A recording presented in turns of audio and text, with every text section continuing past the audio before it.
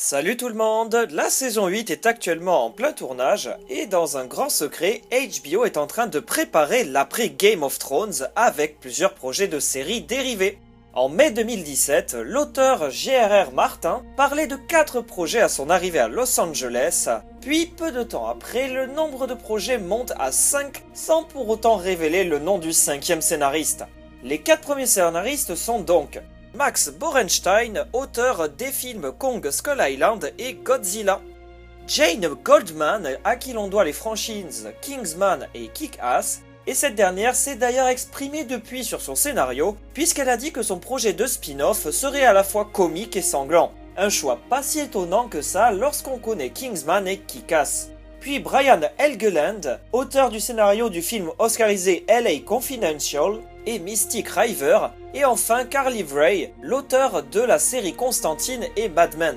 Le 5e scénariste a été dévoilé non sans enthousiasme par J.R.R. Martin fin septembre, et il s'agit de Brian Cogman, un des scénaristes des nombreux épisodes de Game of Thrones. Mais le nombre de projets qui verra le jour fait encore débat. Des sources parlent de 5 spin-offs en préparation, certains comme Emilia Clarke annoncent qu'il y aura beaucoup de séries dérivées, mais en juin 2017, Casey Bloys, le patron de HBO, a fait taire les rumeurs en annonçant, je cite, « Quand la presse annonce 4 spin-offs, tout le monde pense que ces séries vont voir le jour et qu'il y aura un nouveau Game of Thrones diffusé tous les trimestres. » Mais ce n'est pas ce qui va se passer. L'idée n'est pas de faire 4 séries. David Benioff et Dan Weiss ont mis la barre très haut et j'espère donc trouver un concept qui soit du même niveau. Ils souhaitent avant tout se concentrer sur un seul projet, quitte à sacrifier les 4 autres. Mais vu la popularité de l'univers de Martin, il y a de fortes chances que ces séries dérivées arrivent par vagues successives.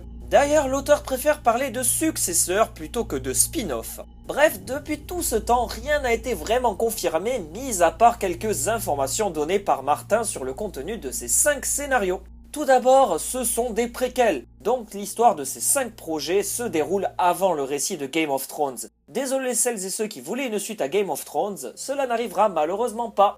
Il ne s'agit pas d'une adaptation du recueil de nouvelles Les Aventures de Dunk et de l'œuf, qui est le récit de Duncan le Grand et de son aiguillé Aegon Targaryen. Il ne s'agira pas non plus de la rébellion menée par les jeunes Ned Stark et Robert Baratheon. Lors de la nomination de Brian Cogman en septembre, Martin a ajouté que son scénario sera une adaptation d'une œuvre littéraire se déroulant durant une période très excitante de l'histoire Westerosi. Il a même précisé que sur les 5 scénarios, seulement 2 ou 3 auront un pilote, mais qu'il n'est pas garanti que tous auront des saisons de commandées. En revanche, il ne laisse pas la porte fermée quant à l'arrivée d'éventuels d'autres projets, pourquoi pas des suites, et il ajoute par la suite que certains des scénarios peuvent se dérouler autre part que sur Westeros.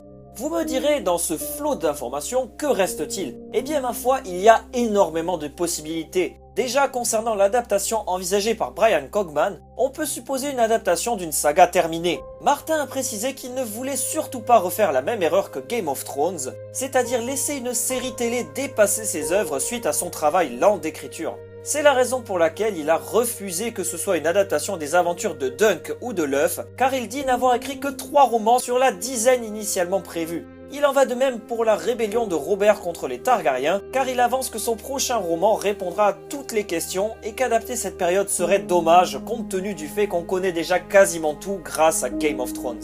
On peut donc se pencher sur des événements figés et achevés par Martin, ce qui nous laisse entre autres de nombreuses possibilités. Tout d'abord, une adaptation de la Danse des Dragons, une immense guerre de succession entre 2 branches rivales de la maison Targaryen autour de 2 héritiers du trône de fer, Rhaenyra et Aegon II. À la fois sanglant et tragique, cet événement a été détaillé dans 3 nouvelles complètes et je ne vous le cache pas que c'est l'adaptation qui m'intéresse le plus. Ensuite, la révolte des Blackfyre, une succession de 5 rébellions s'étalant sur 40 ans. Elle commence lorsque le roi Aegon IV légitimise son fils bâtard sur son lit de mort, entraînant une guerre pour le trône de fer. Cette période fut traversée par de nombreux affrontements, des coups bas et aussi de nombreux arcs se déroulant à la fois sur Westeros et Essos. Vous vous en rendez bien compte, c'est un bon moyen de faire le lien avec Game of Thrones.